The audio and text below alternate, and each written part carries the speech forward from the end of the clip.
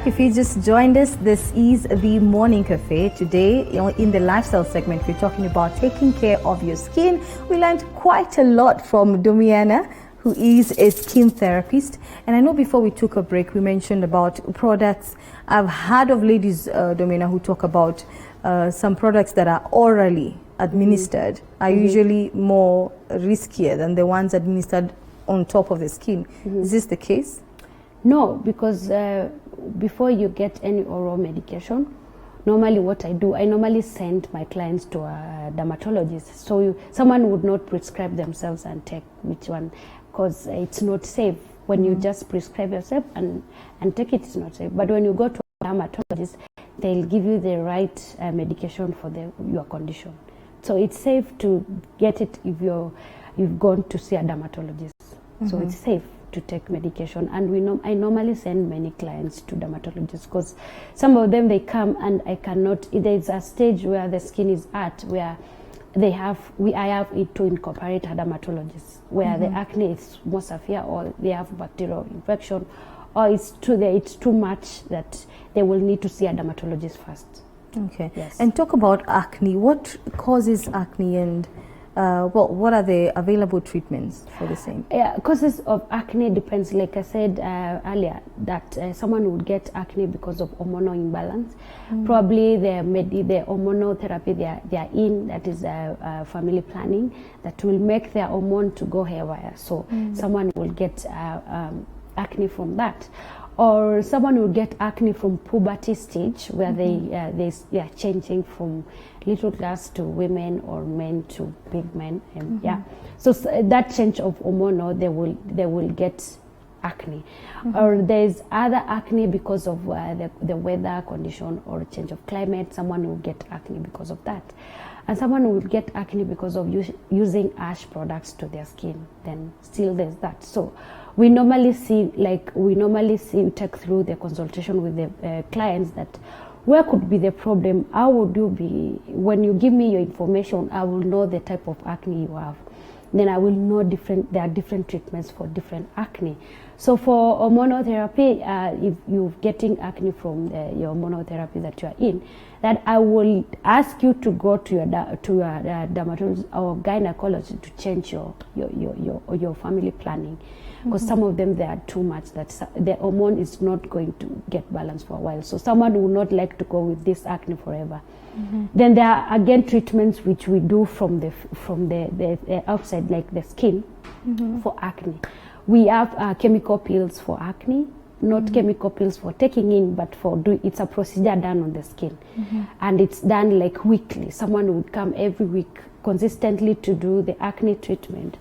So then we get a new skin after 3 weeks. So we normally do a treatment every week, so that when a new skin is coming, it's behaving differently the way it's been prepared to behave from the outside. So there's that one treatment that we do. So how often does someone peel skin? Naturally, we like the way we have body cycles, like every 3 weeks or a month we get our periods. Every 3 weeks we get an inch of our hair. Every 3 weeks we get an inch of our nails. So every 3 weeks we get a new skin. So essentially the top of our skin is dead skin, so it needs to be out. So every 3 weeks we need to exfoliate and remove our dead skins. So we recommend every 3 weeks someone to do a facial, just to get rid of dead skin and prepare the skin to be glowing and looking nice. So someone would do a facial every 3 weeks to get their skin off, like how you would go to a salon every 3 weeks. It comes just automatic. Every 3 weeks you just need to go and do your hair or do your nails, because then an inch of your nail you've gotten. That is how our body behaves. Every part of our body we get new skin. So someone will do a body scrub to exfoliate the whole body. Someone will go to an expert to do their skin because they've gotten a new Now, skin. if you don't exfoliate, what does that mean?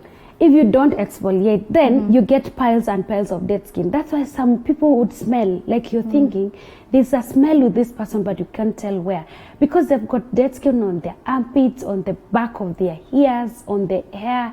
Some people, they would say these are dandruffs, but it's that. It's actually dead skin, because when you have dead skin, your skin absorbs water. When we go to shower, most of the time we don't remove the dead skin, but the dead skin would absorb some water. So when you go to bathroom, you finish showering, you just dab yourself, but there's dead skin which left attaching to your skin, which has taken some water. So, and someone will sweat, they will smell, because that is dead, purely dead skin. On the feet, if someone they haven't done a pedicure for like 2 months, the dead skin has been piling and piling.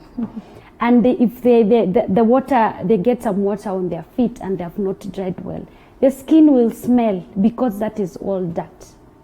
That's why some people, when they shower, when you use a white towel, that white towel will turn brown. That is not uchafu, it's dirt, it's dead skin coming off from your body.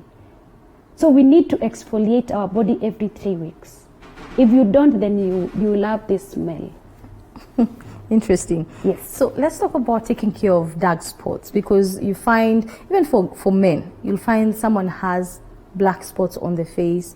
Some of them because maybe they went and got a shave, especially for the men, and then the shave was not so healthy, it was not done well. So how do you take care of the freckles and of course the dark spots that remain? Okay, so we normally have this treatment for men, actually for ingrowns, that they come looking for help because they have inflamed open pores, and they have gotten this after they've got a shave, or they have, actually this time we've been getting many clients because they've been staying without doing the shave, and they tried doing it on themselves, then they get these bumps.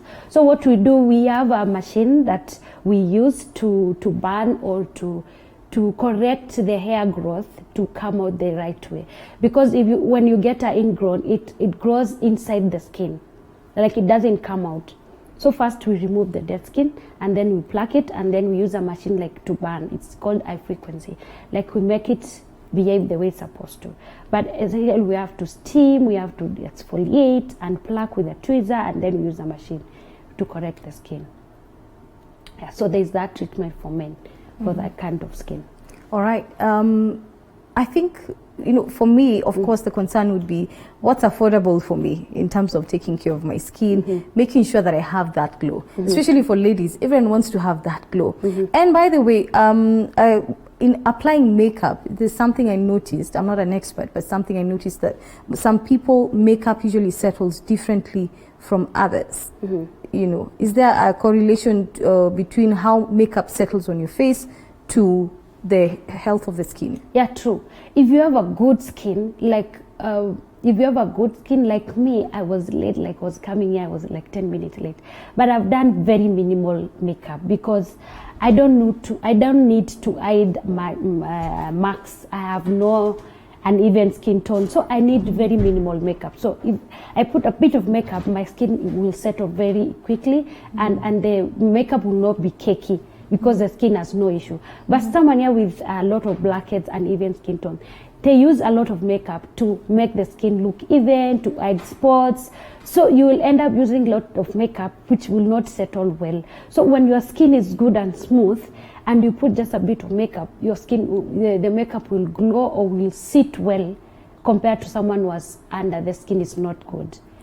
So someone would think of taking care of the skin first before you think of makeup. And talk about the impact of fake, quote-unquote, cosmetics in the industry. There are so many of them. You go to a place and you have to ask, is this legit?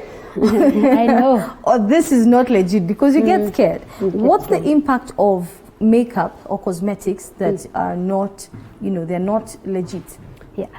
The makeup, and a lot of it is not legit. And one thing I tell my clients and many people is the price. The price will tell you. So makeup which is not legit will mess up with your skin. Let's say you've been using your skincare, it's good, you have a good regime of skincare, and you go get this makeup which is not legit and it's not good. It will mess up your skin, it will mess up everything. So make sure you get legit makeup, and if you can, then you can stay with the makeup, without makeup. Just make sure you have good skincare and make sure you've got legit makeup, because if you use good skincare and the makeup is fake, then you will go back to square zero again. Okay.